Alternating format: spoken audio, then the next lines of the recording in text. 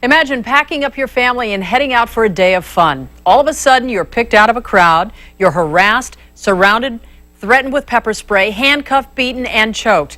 Now, imagine this happening in front of your family or friends. Where is this allegedly happening? At a theme park right here in the Southland.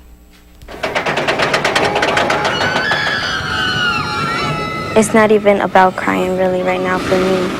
It's more about pain. It doesn't matter what race. I would never want somebody to go through what we had to go through. I felt like a criminal.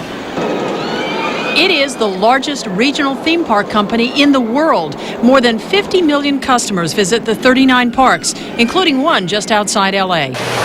It's a place where families go to have fun, right? Well, it depends on what color you are, according to the sworn testimony of a former employee. If they were blacks, we were told by security supervisors that they're the loudest people, the loudest ethnic people, that they were the most easy to antagonize. And he says it wasn't just African Americans. What about Hispanics?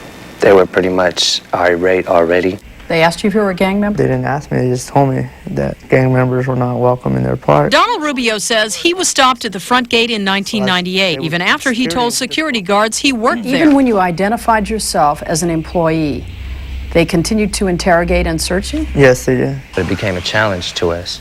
We would almost bet on it sometimes, you know, like, okay, can you piss them off? I don't know. And they would. David Paland, a former security guard, is now talking about his job here at Six Flags Magic Mountain.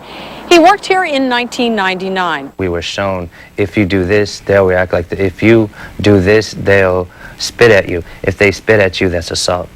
So as a policy, you were told to make them angry? Yes, an unwritten policy, yes. An unwritten policy, Paland says, was spelled out in training classes and in the field by his own direct supervisors. Paland was later fired after giving notice that he planned to quit, but he swears his story is true, even under oath. You know, it just breaks my heart, that's all, it just breaks my heart. Meet Sheila Burnett and Cheryl Braswell, two librarians from San Diego who, along with a group of teenagers, were thrown out of the park in August of 2000. It changed their life, and they're scarred by it. Scarred from a day at the park, she says, that was supposed to be about fun, but ended up about lost innocence. They grew up real fast that day.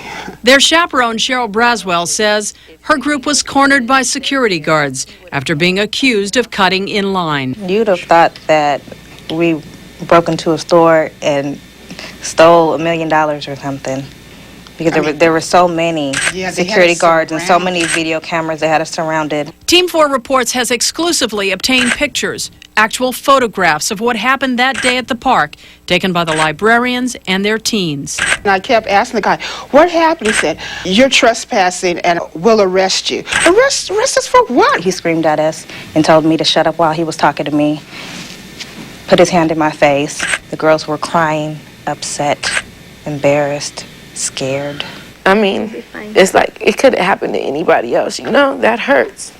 That hurts. It could have happened to somebody else. Why did it have to happen to me? There was even an Olympic athlete who claims to be a victim. But first, why is all this happening? Please, we're not saying that everybody that works at Magic Mountain are racist. Mike Arias is the coordinating attorney handling the massive class action lawsuit against Magic Mountain and its parent company, Six Flags, Inc. What we're really focusing here is on the security operations of Magic Mountain. A major class action lawsuit pending certification that could involve thousands of past customers. They're either librarians or postal workers or, you know, people with their own business who come with a church group, and the same thing happens to them. Based on statistics from Magic Mountain's own files, class action attorneys project a disturbing trend for kicking people out of the park for line cutting. Over a 5-year period from 1997 to 2001, about 50% of Magic Mountain's customers were Caucasian, about 34% were Hispanic, and only about 7% were African American. Yet of all the people kicked out of the park for line cutting, amazingly, 53% were African American. Now we are ready to go. And then there's Danny Everett. Danny Everett. An Olympic gold medalist who has never told the story of what happened to him at Magic Mountain until now. I was kind of shoved in the back again, told that I needed to leave the property. Everett was at Magic Mountain with his family in September of 1998 when he was accused of cutting in line, which he denies. Were you beaten? Yes. Were you handcuffed? Yes. Taunted? Yes. What else? I was choked, and while I was handcuffed and still being choked, I was threatened with pepper spray. And there's more. Everett says he was chained to a bench. I was out there over 2 hours and denied bathroom privileges after being asked over and over. Magic Mountain charged him with battery and trespass, but Danny Everett was later cleared of those charges. He filed a civil lawsuit against the park, separate from the class action lawsuit. So after hearing all these stories, Team 4 Reports decided to find out firsthand what was going on. We showed up here at the park one Sunday last month. We didn't know any of the guards or any of the people you're about to meet. We just observed. We watched these 4 men arrive at the front gate, and out of the blue, security guards picked them out of the crowd. All of a sudden, 5 more guards arrived to escort them out. Who were they kicking out of the park? Meet Domingo Gutierrez, a Nextel salesman. The way that they came at us were completely threatened, so we just had to go away. You don't train security guards to respond as police officers do. You think the guards act more like a police department or like the security guards are supposed to be? They acted more like a mafia. That is completely absurd. We would not be in business with those types of policies. The CEO of Six Flags, Inc. offered to sit down with us, then declined. In his place, the company offered us a spokesperson.